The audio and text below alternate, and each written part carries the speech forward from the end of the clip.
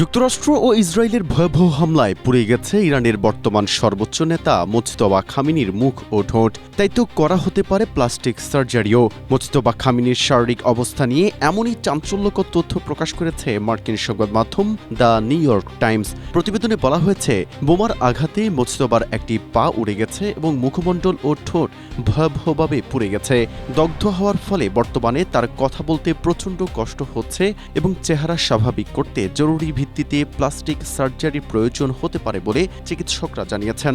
গত ২৮ ফেব্রুয়ারি তেহরানে মার্কিন ইসরায়েলি বিমান হামলায় আয়াতুল্লাহ আলী খামেনি নিহত হওয়ার সময় মুজতবাও একই ভবনে ছিলেন এবং তিনিও গুরুতর আহত হন। বর্তমানে গোয়েন্দা নজরদারি এড়াতে তাকে কোনো একটি অত্যন্ত গোপন স্থানে নিবিড় চিকিৎসায় রাখা হয়েছে। স্ট্রবেরি সুপার ডটেড ও ক্লাসিক ভ্যারিয়েন্টে সেন্সেশন জাগুক শিহরণ। হার্ট সার্জন ও ইরানের প্রেসিডেন্ট মাসুদ পেজেশকিয়ান নিজে তার চিকিৎসা দেখভাল করছেন। কথা বলার অসুবিধার কারণে মুজতবা এখন ভিডিও বার্তার বদলে কেবল লিখিত নির্দেশ দিচ্ছেন। এই সংকটময় পরিস্থিতিতে ইরানের প্রশাসনিক ও সামরিক সিদ্ধান্তগুলো বর্তমানে আইআরজিসি জেনারেলরাই সামষ্টিকভাবে গ্রহণ করছেন বলে জানা গেছে।